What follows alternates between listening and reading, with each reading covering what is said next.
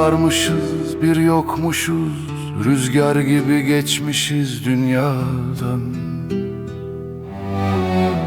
Adımızı taşlara değil bir yüreğe yazmışız uzaktan.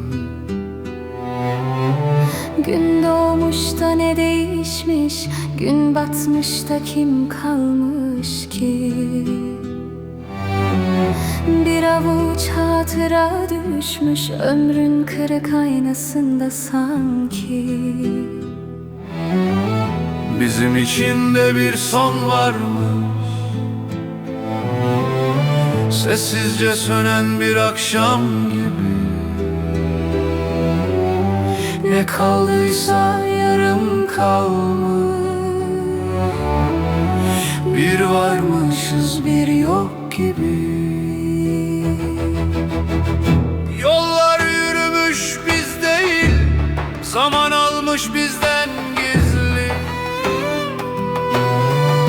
Gülüşlerimiz solmuş da acılar kalmış en sinsi. Bir türkü tutmuş dilimizi, söylemişiz anlamadan. Belki de en çok kendimize yabancı kalmışız bu hayattan. Bizim için de bir son varmış, sessizce sönen bir akşam gibi. Ne kaldıysa yarım